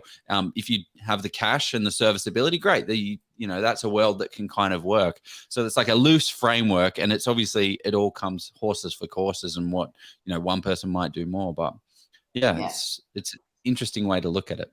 So I think it's an advanced strategy, but it works well. Yeah. It's a great way for people that might have a lot of equity in their principal place of residence. And they're like, oh, I just want to see what a renovation look like. Do you actually, you must see money partners all the time. Like, what does the typical money partner look like? Oh, good. Tall, blonde, handsome. Gold jewelry. Fancy car. God, no. Facelift, Botox. Yeah. No. Okay, so I tell you what they look like. Sometimes they're a little bit worried about doing a renovation themselves from a skill base, so that they will feel comfort in lending their money to somebody else to have a go at, so they're part of the experience and they can learn a little bit along the way with a more experienced person doing the project, basically on their behalf. So that's one reason why somebody will lend their money. And number 2, some people just have some idle cash or idle equity, and they think, well, I have enough faith in this person to turn this deal into a profit, and so I'm quite happy for them to use my money while it's sitting around doing nothing. That's it. Especially in this economic environment where they were getting next to nothing with their cash in the bank, isn't it? If they've paid off their own house, it's not just sitting there in an offset account or whatever, and they might get 15 to 20% income on that. It's pretty appealing if you find something that's as safe as it can be in terms of a as safe as it can be. Scott's right. It's the numbers really matter. Really good, detailed feasibility. They matter a lot. Yeah, and I mean, $100,000 at 15% for a year is $15,000. That's good. That's better than you're getting from the bank. That's better than having it in your offset account, as long as it's safe. But if you're getting 50% of the deal, that could also be quite substantial. Yeah, it's 50% of the deal, and it sounds good, but it's also 50% of the risk. in terms of that. So, there's downside risk there as well, right? That you've got to weigh into those things. So there's definitely lots of different ways that you can skin this.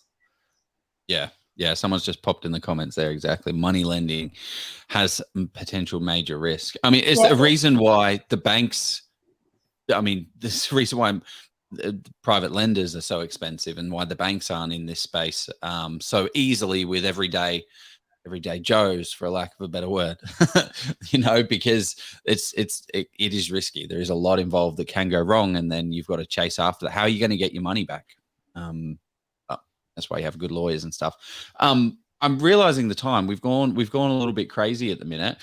Anyone has any questions, throw them in. But I would love to go through. You've got a whole heap of case studies on here. So you want to talk to some of those? Yeah, I don't mind. Throw one up. They look cool. There's little ones and big ones and. Okay. What about this one? What are we looking at here?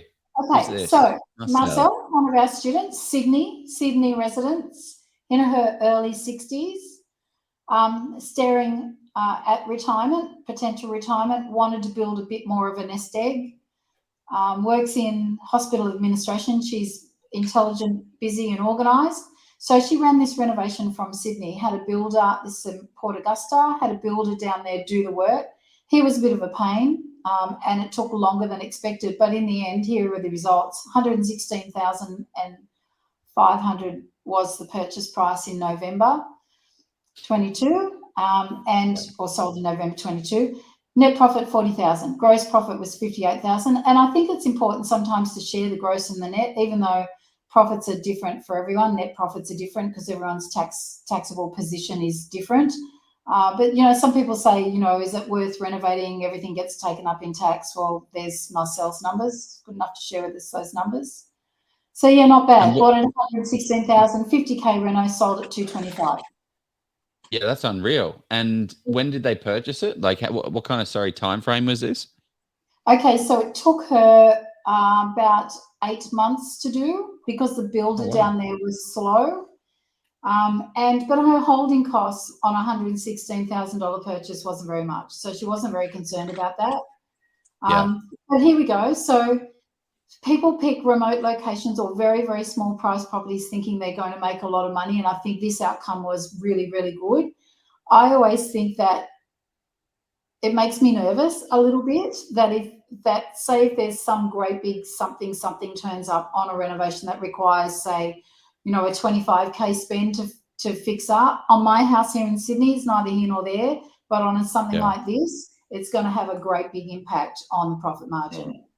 Yeah. So people get excited about the lower price properties, but I just want to keep it real. Yeah. They make me nervous. We're jumping up. Oh my goodness. There we go. Okay, so that's where I am now. That's my house. It's my pool. Lovely. Smell that water. Okay, so that's what we bought. What I wanted to point out from this slide was just leveraging the existing design opportunities of a house. So I had an architect wanted to square off all of the arches, etc., etc. He basically created a $2 million build. It was going to be really expensive to do, and the house was going to lose all of its character. And so just by looking at what you've already presented with in a renovation, whether it be a bigger price property like this or just anything, those homes with arches right now, they're just a gold mine. They're a really good opportunity because they're on trend. So why not play them up? And the only arch I would knock out of a building right now is when they close in kitchens and dinings and lounge rooms. So I'd still pull out those areas and make, those living spaces open. But here we go. So I bought this 10 years ago for 1.535. It's now worth about 3.7. So the reno spends 1.2, significant renovation. I'm splitting it down the middle and creating, it's a dual lock. We couldn't get strata approval, but we've got dual lock. So splitting it down the middle, creating 2 4-bedroom, 3-bathroom, 2-living townhouses essentially. We'll stay in the end with the pool and the water view, and we'll rent the other end at 2,300 a week, and the value will be 6 mil plus when we're done. I think I walked past it. I think I walked past this house. For You've probably got a construction fence out the front. It's not hard to pick at the moment. Knock on the door, Joe. yeah. I'll make you a cup of tea. That was it. nice that you kept the one with the water views and the pool. That's really generous compared to the other side. Well, do you want the pool? You can have the pool. I'm not so sold on that pool. The water is. No, I mean the finished product. It was nice that she's kept the really gum one. No. We're keeping the pool and the view. Everybody else can look at the houses over the road. Well, I mean, this is a great idea as well, because you bought this property, when you had the kids, I imagine, and now you're like, oh well, let's kind of downsize, but I don't want to move out of my home. I want to make $1.1 million out of it. So you're downsizing and also making a profit and having an income. Hey, here's the thing too. Yeah, the income thing's huge. Right. So here's the thing. I will always live. Like, people think that I live in a gorgeous house. I actually don't care. I'm not snobby or fussy. I really don't care. And I don't care what other people think. So I will move into a house and not have to have it beautiful while I'm there for a little while. I will renovate it to a very high level and style it like an absolute champion and sell it for maximum when it's fresh, and then go and do it again somewhere else. So a lot of people do the opposite. They'll go and renovate a place. They'll live in it for 12 years. They'll think that it's brand new, but it's actually 12 years tired, and they'll try and sell it then. So just something to consider. We're all different. We're all wired a little bit differently, but if you want the most money, you'll hang out a little bit and postpone your renovation to sell your property fresh. I like the idea of not only as we're all getting older, as you're getting older there, moving towards your retirement stage at some point in the future with Brett, you've not only created the income stream, but you've also done it in a way where you haven't incurred selling costs and then stamp duty again on future purchases. So you haven't downsized and had to buy again, and you've not had to go out and pay stamp duty to buy investment properties either. So you've managed to roll all of that into one project, which is very smart. Scott, honestly, there are big, ugly homes everywhere, and people just need to think outside the box a little bit. If you're going to buy a great big old ugly mansion in Sydney, think about breaking it down into, if you're going to do a renovation, a rentable space, find a rentable space from the internal lot, because it's not as expensive to do, but it's a high-end spend. So look for the Luigi era properties from the 60s in Sydney. Absolutely. Don't be snobby about the era. All the grass being concreted over and the whole backyard concreted. And yeah, it has. Seriously, it has. The Mediterranean mansion. How good's the Luigi era? So good. I said, kids, Mum has found the perfect house for you. And the kids said, all right. We got another one. We got another reno. So this looks more like we've gone bottom of the market. We've gone kind of top-ish end, and now we're in the everyday properties for everyday people. This is exciting. What are we looking at here? This is beginner renovator who wanted to go and do an investment property with her husband, wasn't quite brave enough. At the same time, this is her parents' house. They wanted to increase the value of this house so that they could move into their retirement place and have a little bit more money to either, have in the bank or invest in their retirement place. So Jackie said, right, okay, Mum and Dad, I'll help you do a renovation on your own. So she increased the value by, the renovation spend was $60,000. They all got stuck in, mainly paint. See the blonde brick, guys, when it's painted? Everybody said, oh, I don't want to paint the blonde brick. Blonde brick lasts forever. But if you're going to sell, really consider the different appeal that a painted brick house has. It just makes it look newer. It's a massive difference. So, sold before the first open inspection, and she basically created an extra $90,000 for her parents. They were wrapped. Yeah. Awesome. Yeah, and it's just it's these little effects that I feel make such a big difference. Paint is your best friend. You'll get the biggest return on investment for paint. And I think Joey will be down at Bed Bath & Beyond on Saturday. He's getting excited about the little pot plants at the door and the doormats. Flower power. Yeah. I love it. The door. Yeah. Yeah. Oh. It matters. Oh my God. Oh, so that's just inside. So you can see it's made. There's your 10K reno, Joey, in the kitchen. Yeah, 10K you were kitchen. bang on. This is my after. Really simple stuff, you know. Here's the thing too with kitchens. People want to go and just pull them all apart. This was a bit older, this kitchen, but so many kitchens that are perhaps even 20 years old, the carcass, the back end and the carcass of the kitchen, they're virtually the same. And if they're in okay condition, there's no reason to pull all those out, stick them in the skip bin. You can, you know, add a few things with Caboodle or IKEA, and you can change the doors across the board with perhaps a custom guy can come and do new doors. But there's lots of stuff you can do without throwing a kitchen out and having to pay for dump fees and then, you know, a complete redo. Take a breath and think about what you can do design-wise just to improve the look. Yeah. And she styled that shelf. They styled that just really from the furniture that Jackie had around, and she bought a few little bits and pieces from Kmart. Really, this is, you know, it's a low-budget property, but it's a nice little profit. Yeah. Nice. So what was it? $90,000. $90K. Yeah. Yeah.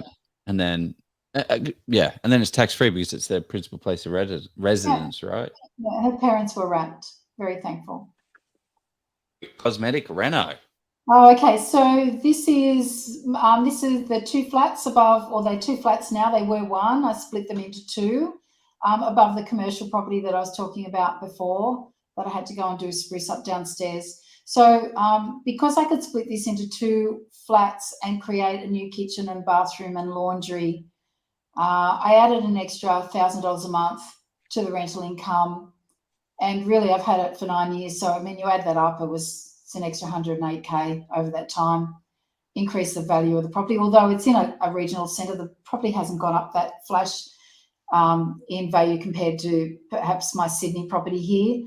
But, you know, the cash flow is pretty good, between $3,000 and $4,000 a month in cash flow from this property. So it's pretty good.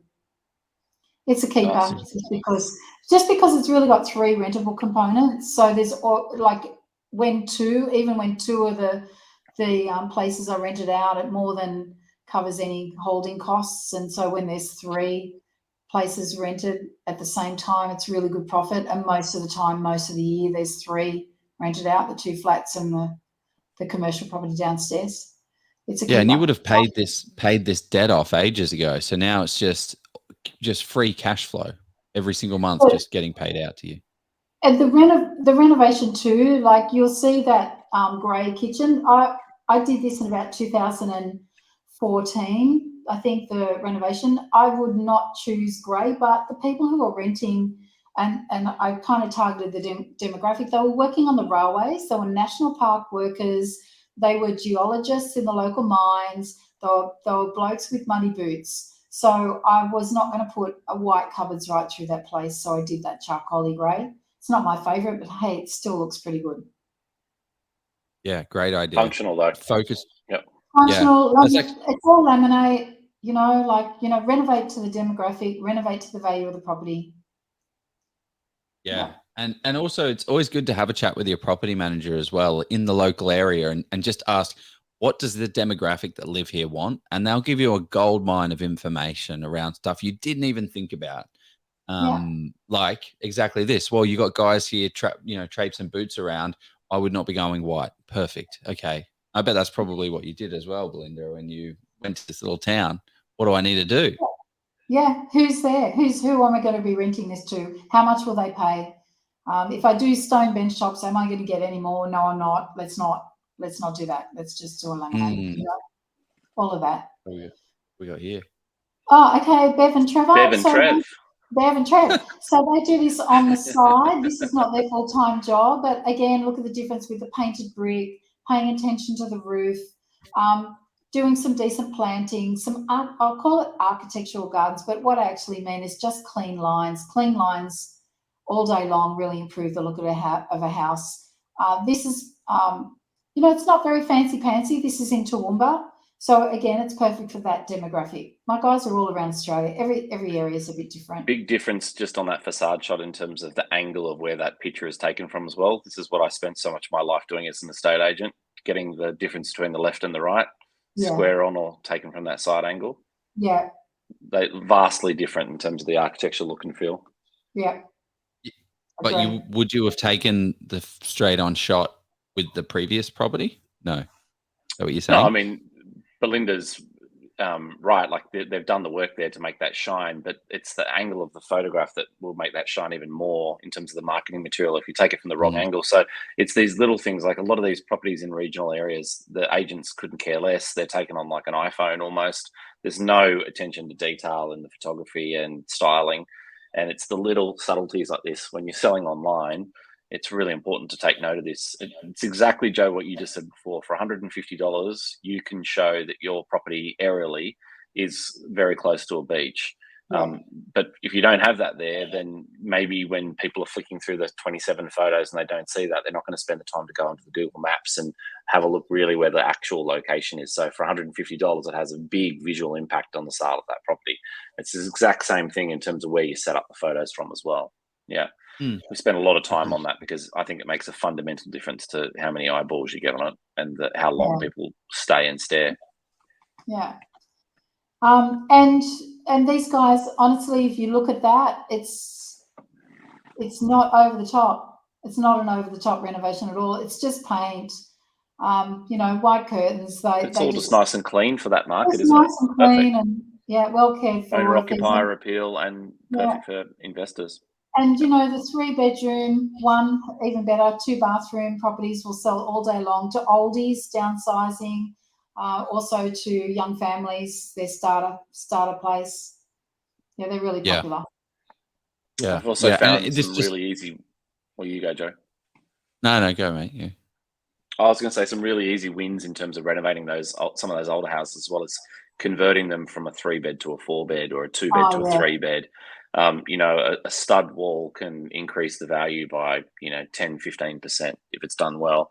It's quite amazing how there's a big equity uplift from such a small thing if the floor space can handle that. I think anything that has some room to move inside and make some internal changes is definitely worth a second look when you're looking at renovation potential. Yeah, a wall is by far paint is the best thing you can do, and then adding a wall. If you can see 2 living rooms, you can do a little bit more digging and be like, okay, 2 living rooms, perfect. I can add a 4th bedroom here. How much do 4th bedroom sell for? Oh, wow, there's $100,000 difference. Okay, I'll spend $3,000 to get something like that. It's a no-brainer. Okay, what are we looking at? The numbers? Really, here's the number to focus on. 6-week reno and the profit was $75,000. That's pretty good going. I like that. That's getting up towards Joey's hourly rate now. It's like So this is why I think as a property investor or anybody who really wants to be a successful investor, renovations can really speed up the process of property accumulation. Somewhere in the mix. Not every home, not all the time, but somewhere in the mix. Same with a new build in the right area. But I don't mean a house and land package. I mean a new build where you've done the numbers first. Okay, let's do one more. Let's do a joint venture partner. Okay, so Sue and John did this with a joint venture partner. I'm trying to think. Sue and John ran it, and the other people just threw in the cash.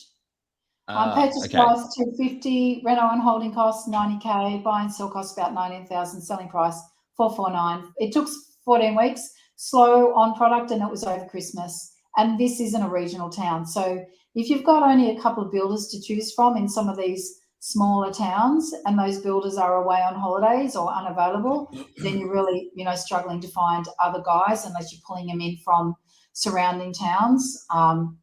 So there you go. So it took them 14 weeks, but they made $90K. That's a good one.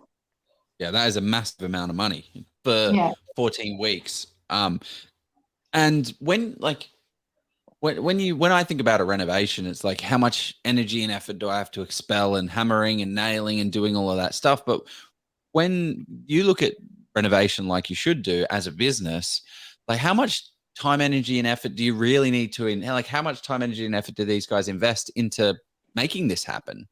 When they were just not the hands-on hammer and nail, they were, well, I'm remote, so I need to, do the work. But when they outsource everything, like what energy and effort are they actually expelling to make $90,000 profit in 14 weeks? Well, I mean, that was the point with Marcel and that property in Port Augusta. Is she went there once. It was half renovated when she went there. She didn't even view the property. She bought it through a buyer's agent. So she went there once.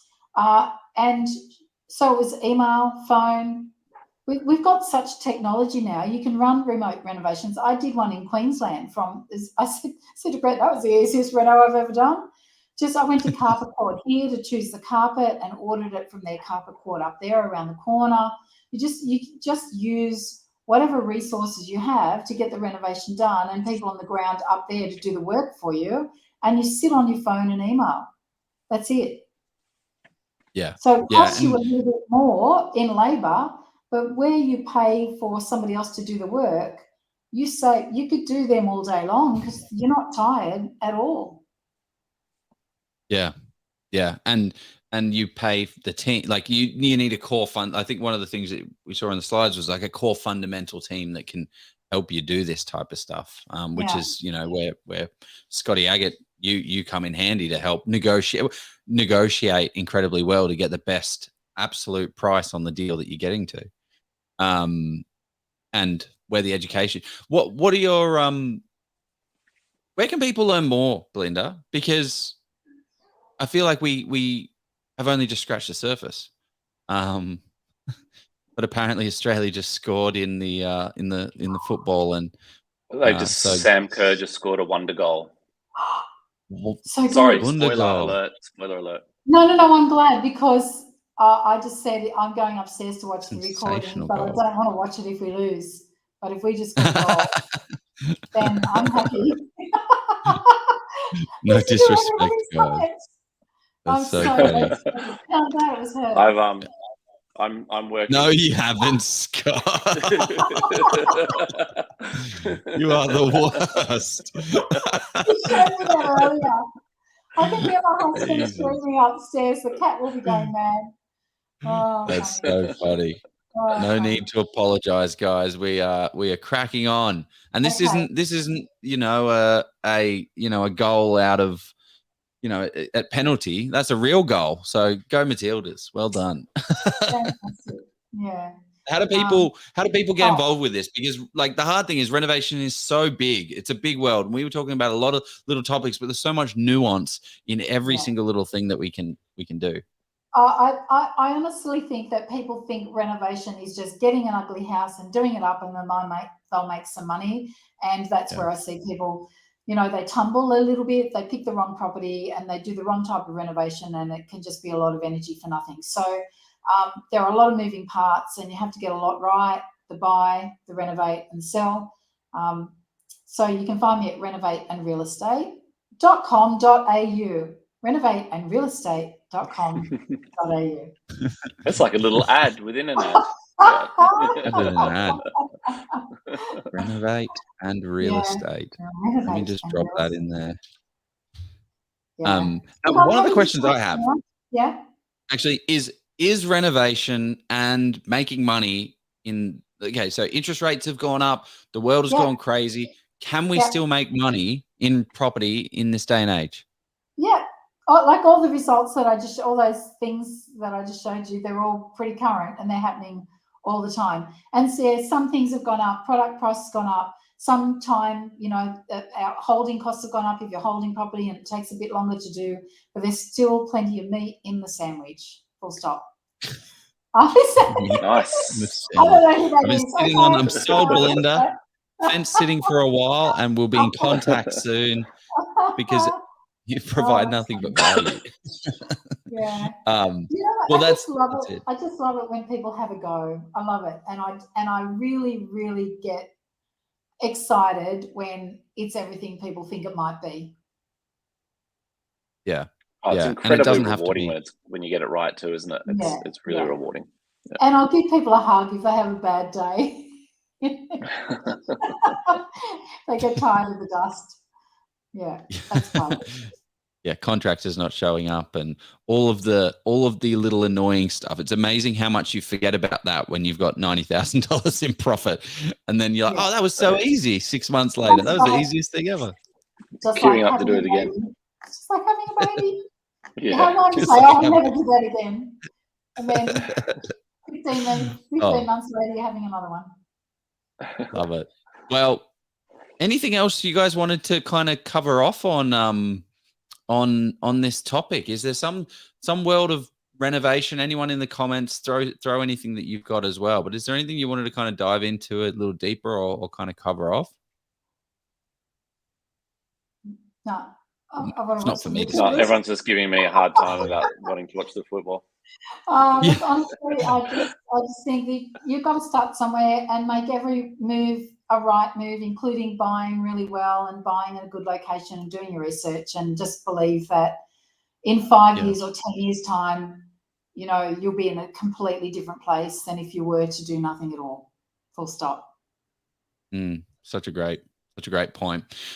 Scott, you help people a lot as well in the property investment space. How do they learn more about, because the biggest, actually, this is the point, buying well is one of the most important things that you can do. I see so many people renovate a deal and they're incredible renovators, but they're horrendous negotiators, and they buy a property.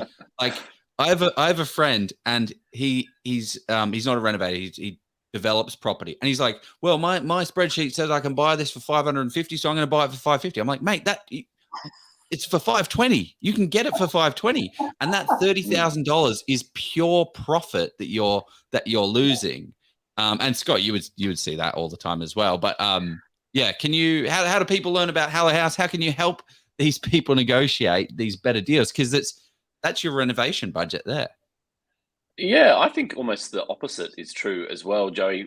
From what you just said, then as your example in terms of your mate that might be over estimating what it's going to cost to buy it. I've just seen deer in the headlights, and Belinda will know all about this as well, where people are looking for a renovation project and they just hone in on where they think the value is going to be because it aligns with their visual interpretation of what they want to do. It might be the beautiful character house they fell in love with in, you know, Vogue or Belle magazine, or whatever they want to go and recreate, or whatever's driven them to get into that mindset that they're going to be a renovator, and they'll overpay for those homes because they can't see past that's the vision of what they want to do and what they want to create. I think there's a real danger in that as well. So I think one of the key things you've got to do when you're negotiating, whether you're buying it to renovate or you're buying it for your own home or as an investment property, is to detach that emotion, fall back on the comparable sales, fall back on the data, fall back on your feasibility study, and make a really crucial business decision about whether this stacks up on the numbers.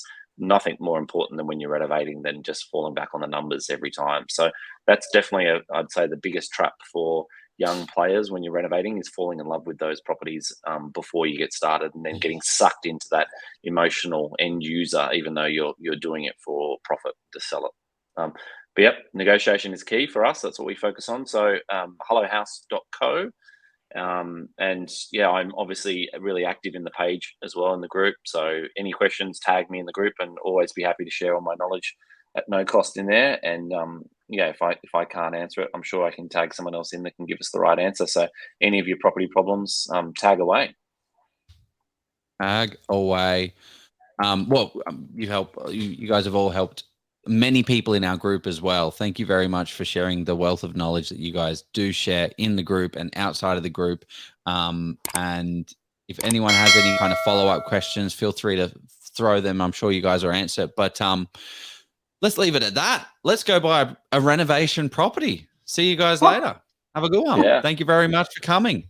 Thanks so much, Belinda. Thanks, Scott. Bye.